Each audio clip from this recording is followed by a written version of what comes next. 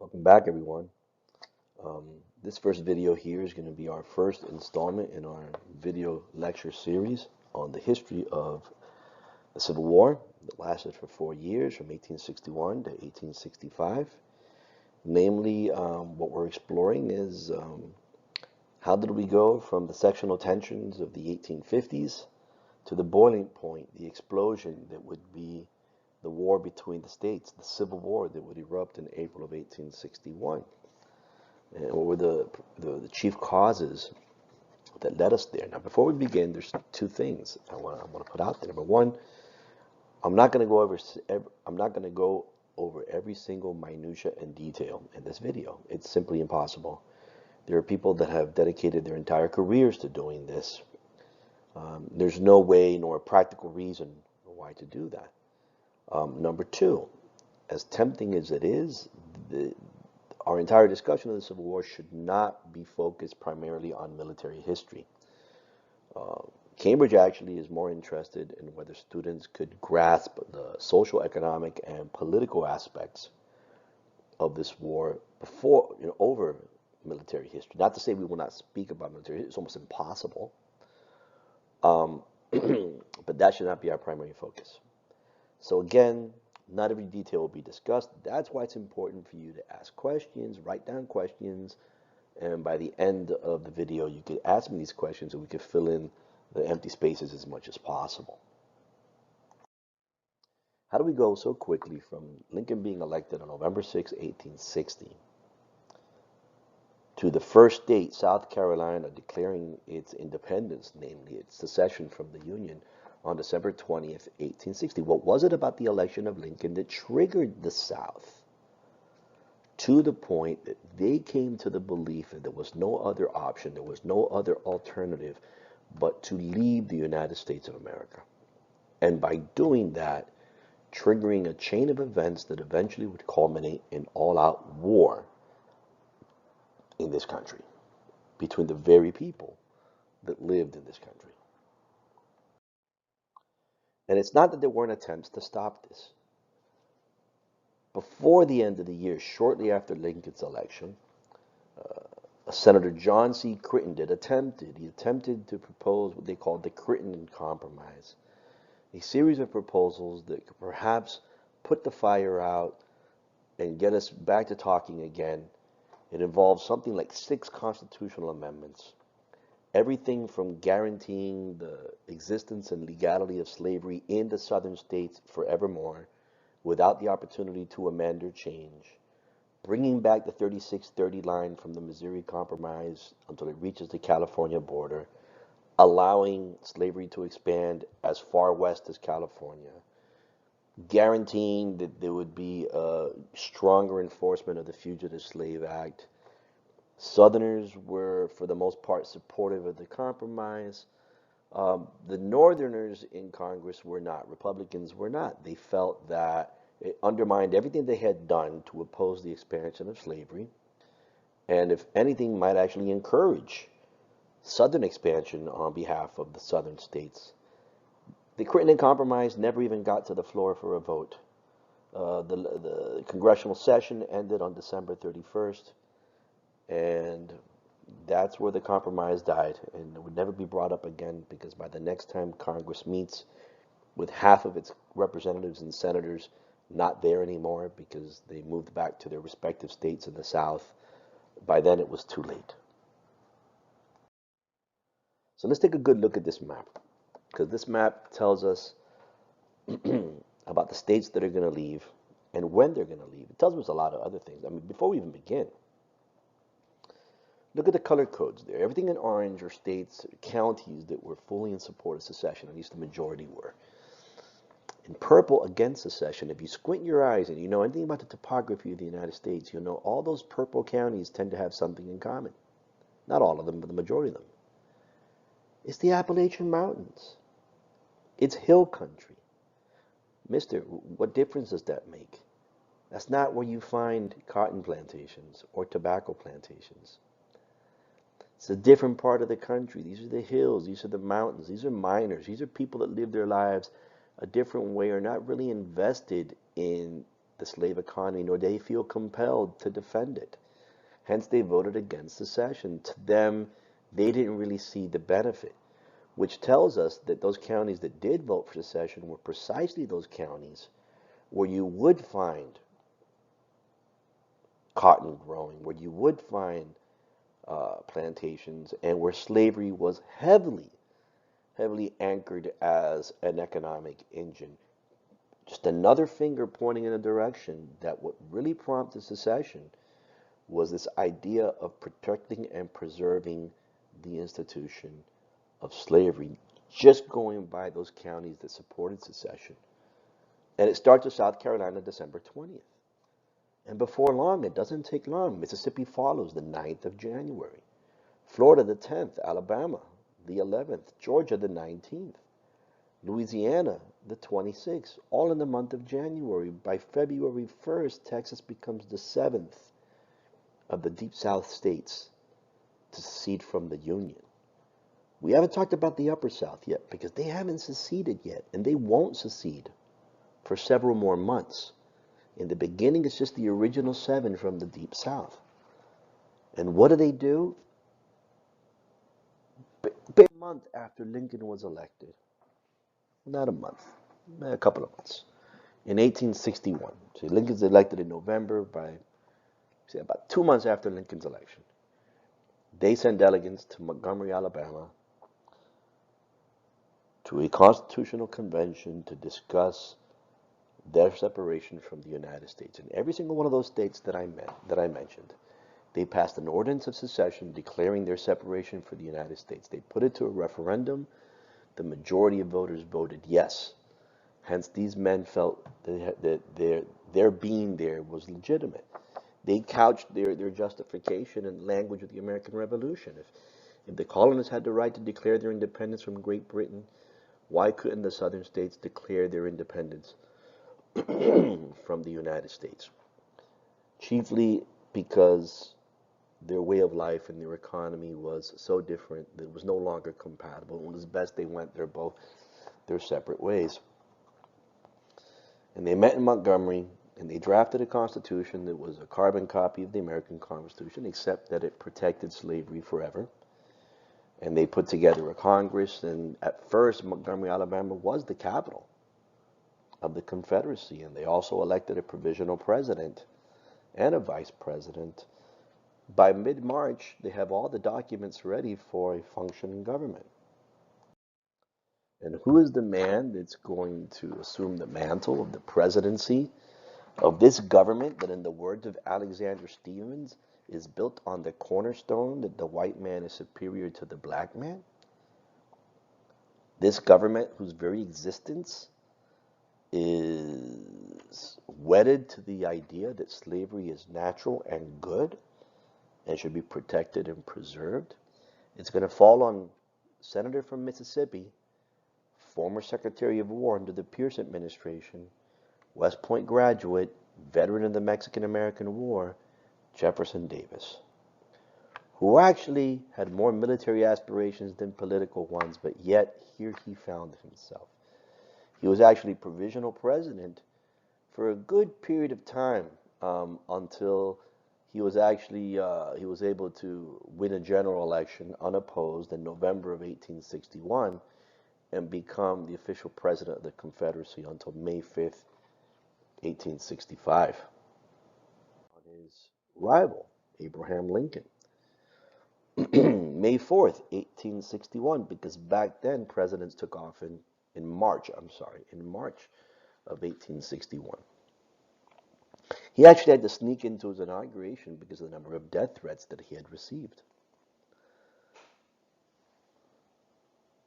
So there's a picture of the inauguration.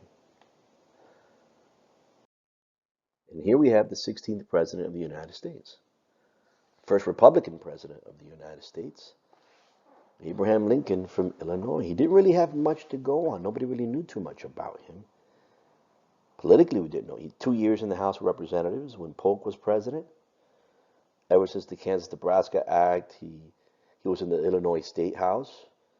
He ran for senator in 1858 against Douglas, and he lost. But here he is. He won the national election for president in 1860. So controversial was his win that it actually triggered 7 states to secede from the Union because they chose to believe that he was out to do away with the practice of slavery in their states.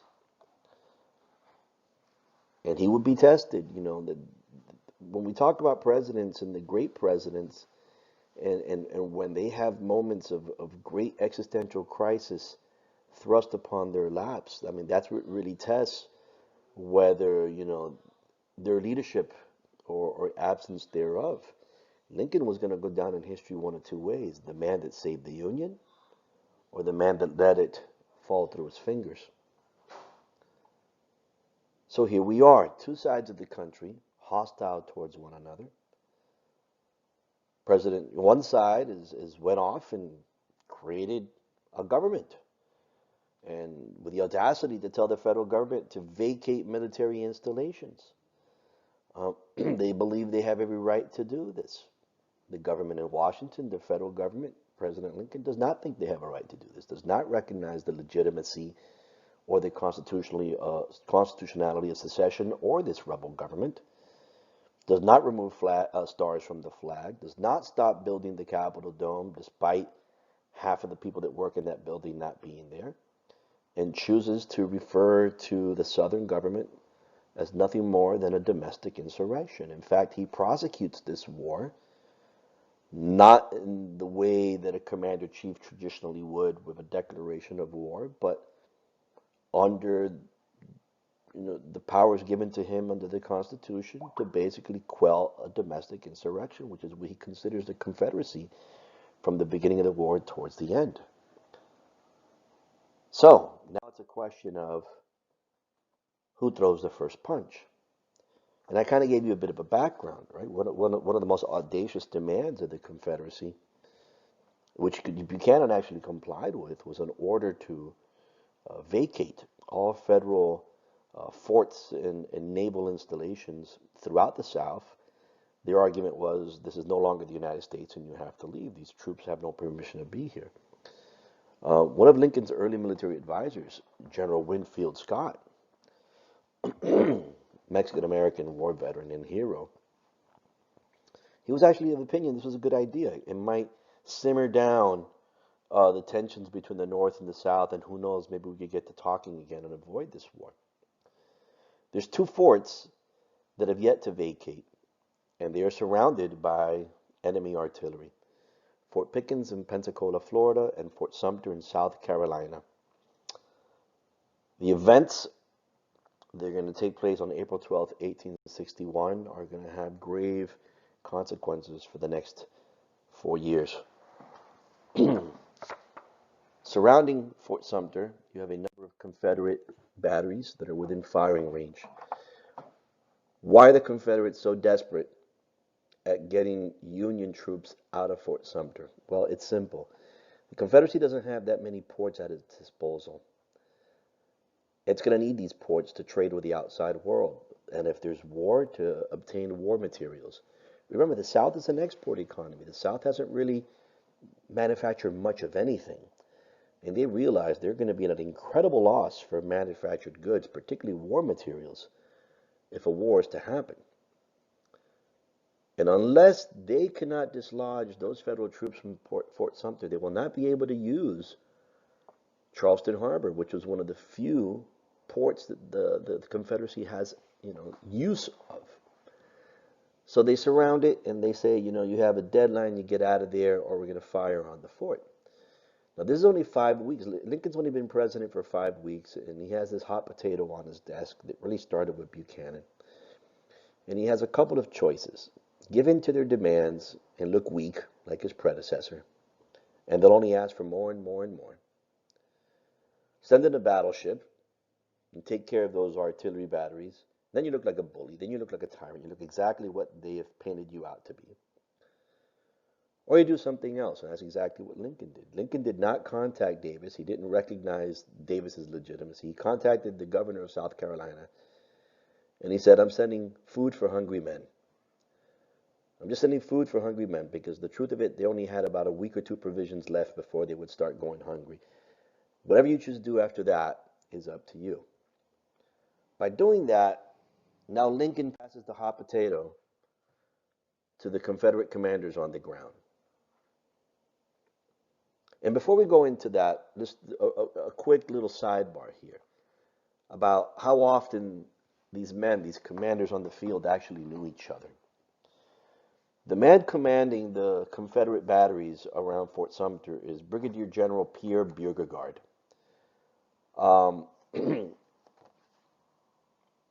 He knew the man inside the fort, Major Robert Anderson, because Major Robert Anderson was his instructor at West Point many years earlier. And now Beauregard has his guns pointed at his own instructor, and now the hot potato's in his hands. And not really his, because Davis is directing this whole thing from the Capitol. Let Lincoln feed the people in Fort Sumter, and this, you look like a fool, and this prolongs itself even further. Or take action, even if it means violent action, and the grave consequences that'll come later. And Beauregard, unfortunately, Beauregard and Davis choose the latter.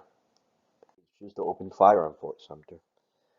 For 33 hours, they lobbed 3,000 rounds at the fort. Miraculously, nobody was killed. I think a horse was killed. I think somebody got injured, but nobody was killed. And on April 14th, and this was already pre-decided between Lincoln and Anderson, Anderson surrendered the fort to the Confederates and went back home. Obviously, we're all going to go back home. If they're willing to do this, then everything's on the table. This is a much bigger dilemma than we had imagined, and we really need to sit down and think this through, this much bigger problem than we imagined. And what follows next is going to have grave consequences as well.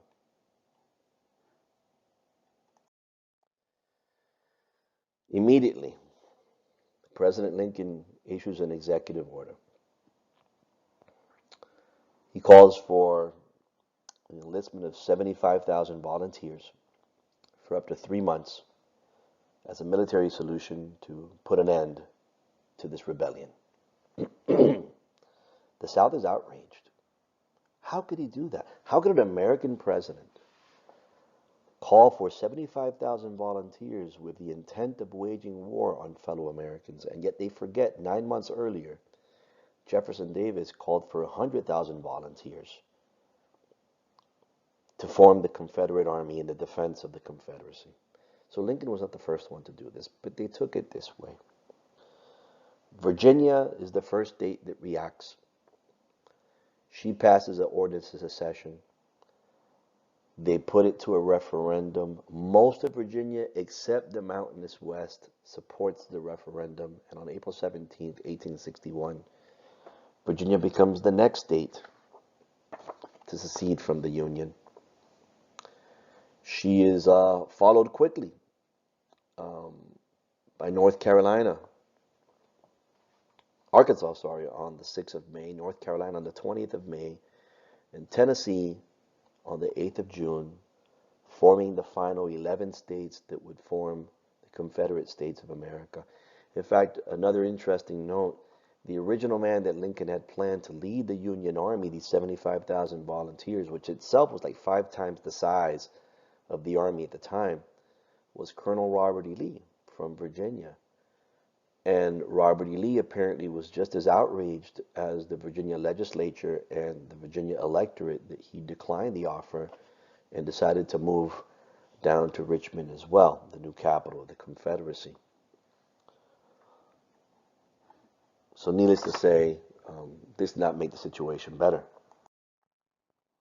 This is the situation that was created from that. Now the country is separated in two. The Confederate States of America, those states in red, an agricultural economy, an export economy that has decided, if need be, to go to war, to be independent of the United States so they could preserve and protect white supremacy and the practice of slavery.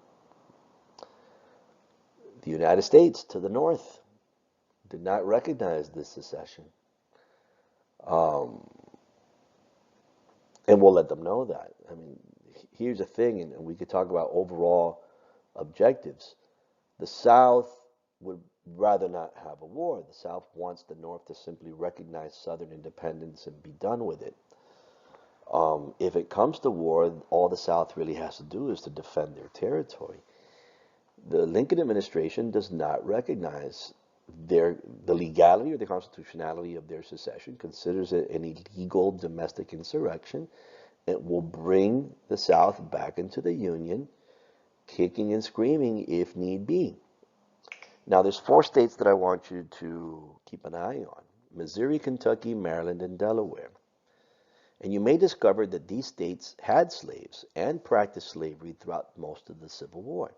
So why didn't they join the Confederacy? Well, slavery was not that much of a part of their economies. Second of all, Lincoln had promised them to leave slavery alone so long as they stayed in the Union, which they did. And three, these are the border states. They knew that had they joined the Confederacy, the initial brunt of this war would be felt in their states. And to save their people from that calamity, they chose not to secede. Maryland's an interesting case because the legislature chose not to secede, but the population of Maryland sympathized with secession. So much so that Lincoln had to go to extraordinary lengths to make sure Maryland would not secede. The capital just couldn't afford it. Maryland's right next door. And that meant jailing people without charge, without the opportunity for a trial, suspension of habeas corpus, they call that, closing down newspapers and telegraph offices that were sympathetic to the South. So yes, actions that you would not associate with a democratic government were employed in Maryland in order to keep Maryland in the Union. Another side fact there, Kansas was let into the Union on the 29th of January, 1861 as a free state, and that was in reaction to the initial secession of the 7 southern states of the Deep South. West Virginia is going to decide to hold their own convention and secede from the rest of Virginia, forming West Virginia. They seceded on the 23rd of May. Eventually, they're going to be brought into the Union as a free state. And West Virginia is the only state in the Union to be formed from from what was once part of another state. So let's do some compare and contrast. Things that matter, resources. And there's no resource that matters more than people. The entire population of the United States at this time is somewhat above 31 million people. If we split them, this is data from the 1860 census. If we split it between North and South, you're talking about 22 million people in the North and 9 million in the South. And if we dissect the South's numbers even further, the truth of it is it's 4 million slaves and 5 million free white men and women. So needless to say, the advantage of population is going to be greatly on the north side, and they are going to use this advantage to their benefit. If we look even further, who's going to be doing the fighting?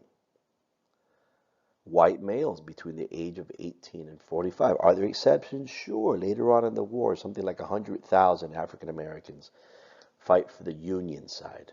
So it alters those numbers. But these are the men that basically are going to be fighting the war. White males between 18 and 45. Again, the North has the advantage. Almost 4-1, more than 4-1. 4.5 million men rounded around for the North that could fight for the North. The South has about 1 million white men in that age group. So needless to say, because of this advantage the North has in that particular demographic, the North is going to be able to absorb losses much more successfully than the South will. Much more successfully. As a result, I think something like 1 out of every 4 Northern men serve in the war, whereas just about every single Southern man serves in the war. And this is what happens. Eventually, the North is going to put about 3 million men in uniform. The South is going to put pretty much all their white men in uniform, about 1 million men in uniform. And what for? How do you tell these men to risk their lives for what cause? How do you convince them to pick up arms and put on a uniform and to fight for what? And in the South, it was easy. Remember, they came from a society that they were drilled into their head from a very early age. Number one, this is a slave society, and slavery is a good thing. Number two, consider the cornerstone of our society, the idea of white supremacy, that the white man is superior to the black man. And they were raised to believe in this Southern ideology from the day they opened their eyes and were able to reason that white supremacy was real and true, and slavery was not a bad thing, but a good thing and a natural thing. And what they saw was Northerners coming to invade them and tell them how to live their lives. The war was easy, it was very black and white for them. You're fighting because you're being invaded by outsiders that want to force upon you, okay, to change your way of life. On the surface, that's what it was, and it was easy, and it was to the South's benefit. Not only did they benefit from a very clear cause they could rally around, but they also benefited from very high morale throughout most of the war. And the fact that most Southern men had had some military experience. What they didn't realize was the class aspect for this. Here you are, 1 million white men, most of you poor, willing to give up your lives and die so that a landed aristocracy, an oligarchy, could continue to enjoy the powers and privileges that come with owning human flesh, with practicing slavery. And these 1 million white men, most of them poor, are going to be duped into sacrificing their lives and their youth and their innocence so this oligarchy of 300,000 men could continue to enjoy the privileges of slavery. But they didn't see it that way. In the North, it's a more complicated picture. How do you tell these men to fight? Yes, you have more of a population. But morale was not the North's forte. The North struggled with morale from the very beginning of the war because it struggled with how to couch this war in the right language, how to give this war purpose enough that enough men would be willing to volunteer and lay down their lives. In the beginning, this was a war to keep the Union together, to make sure that this great experiment that was forged by your grandparents and your great-grandparents would not go into the dustbin of history. But as the bodies start to pile up, that reasoning doesn't become very convincing. And people start walking away, not wanting to enlist. And it's up to President Lincoln to respin this war, to remarket to the war, to make it something noble and worthy of sacrificing your life. And when he turns this war explicitly into a war about freedom, about ending slavery, is when morale in the North starts to turn around. But they both had their challenges. Resources, absolutely in the North's favor. I mean, you could look at this table later on your own, but railroads, 71% of them were in the North. Farm acreage, that's the one that doesn't make sense to people. How could the South have food shortages if the South had, you would think, all the advantages? That's because they chose to grow cotton instead. Because cotton was the key to securing the funding they would need to wage this war. But cotton also depletes the soil. And the place that you would least expect it, they start to experience food shortages and even outright hunger in the South. Whereas in the North, you would think, wow, they don't have all, the North, they never run out of food. They're able to feed their people and then so throughout the war.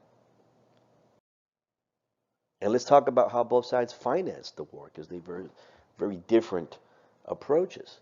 Remember, you have a Southern economy, export economy, built on slavery and cash crops, going up against a much more powerful, much more industrial, much more wealthier United States of America, with a lot more resources and wealth at its disposal. How did the Lincoln administration finance this war? Foremost by levying taxes. Introduced the first ever income tax in U.S. history, even though the court shot it down later on as unconstitutional, which what it was. Imposed tariffs that brought in a good amount of funding to the government to fight this war. But most of all, borrowing. The government borrowed money. And how did the government borrow money? By selling bonds. What are bonds? Bonds are financial instruments, if you will, slips of paper that have a particular value on them. And I sell them to investors. And if the investor buys it, he gives me the cash that I need, and he has a piece of paper that's worth what it says on its face plus interest later on, not right now. In the meantime, I have the cash that I need to take care. But yet every bond that I sell, I'm also incurring a debt that I'm going to have to pay later. So something interesting happened here. Not wanting to risk our gold and silver, which we had in reserve, because our money supply at the time was, gold dollars and silver dollars. They were tied to actual metal, precious metal that we had in reserves. And this is kind of this came from Salmon Chase, who ends up being Lincoln's Secretary of the Treasury. How do you run an economy? How do you continue getting people out there buying and selling without risking putting hard money based on gold and silver out in the streets, and the amounts that are going to be spent during the war, risking bankrupting the government? And he comes up with the idea of the greenback. And what did this mean? When the government sells bonds to investors, mainly banks, the agreement was, if you're willing to spend up to a third of your capital, and these were the number one purchasers of these bonds. If you're willing to spend a third of your capital on these treasury bonds, on these government bonds, we'll allow you to circulate these bonds as another form of currency so that people could use it to buy and sell, okay? Because at the time they had a bunch of different banknotes that everybody was printing. This would introduce the idea of a uniform currency in the United States. This is the birth of our modern dollar. They called it greenbacks because they had green ink in the back. What they represent is debt, the debt of the United States government, and the trust the United States government will pay off this debt. So they began to circulate debt, and this debt could be used as currency. Okay, and this allowed them to protect the hard money, have the economy run for the most part, partially on these greenbacks. The North did a much better job financing the war. Money supply inflated a little bit, 80% inflation compared to the South. Listen, the South is trying to fight a war against a country who, the South's economy is not even a tenth of what the United States economy is. They tried to tax states, the states were resistant. So instead they put their foot down. The South's not a cash wealthy society, but it is an asset wealthy society. So they began to collect taxes in kind.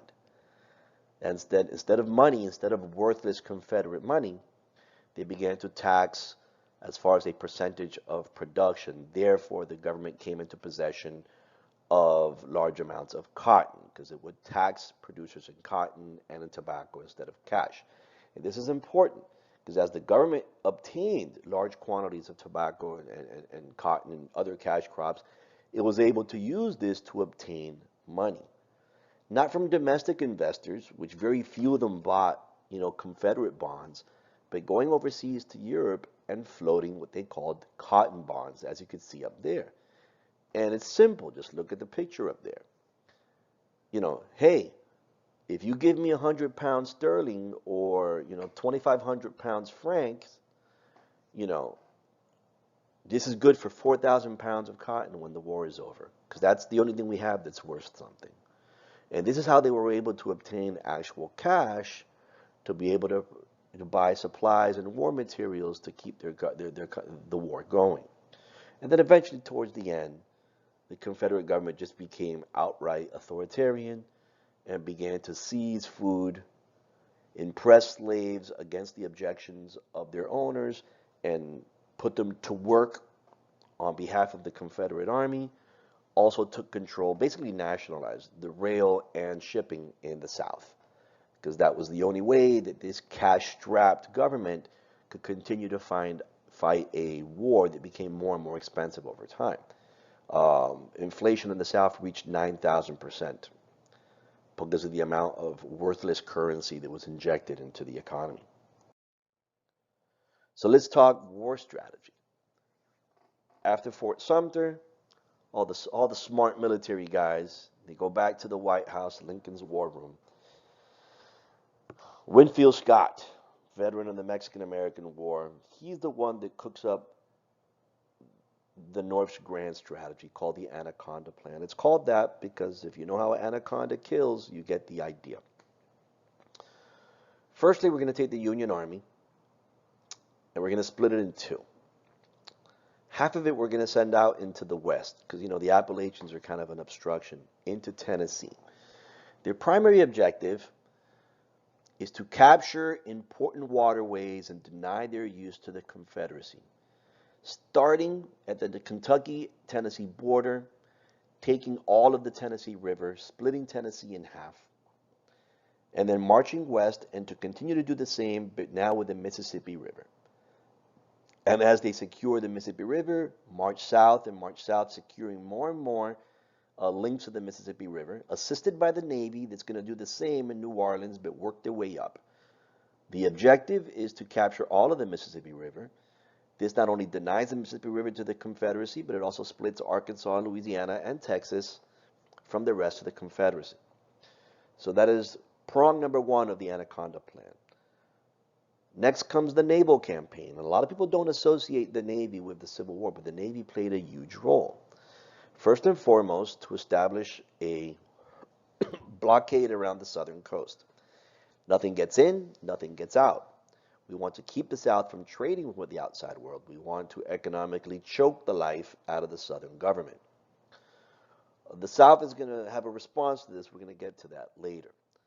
The secondary objective of the Navy is to take out southern ports. That means landing parties, taking ports away from the southern government so they cannot use these ports to send out or receive any sort of shipping. So that is the naval campaign. And lastly, the war in the Eastern Theater. Okay, in Tennessee, that's the Western Theater, in the Eastern Theater. And that's going to be a 4-year-long attempt for the Army based out of Washington, D.C., the Army of the Potomac, to march southward and to take the Confederate capital at Richmond. And so much blood was shed, so much life ended, just in that relatively short distance between those two capitals.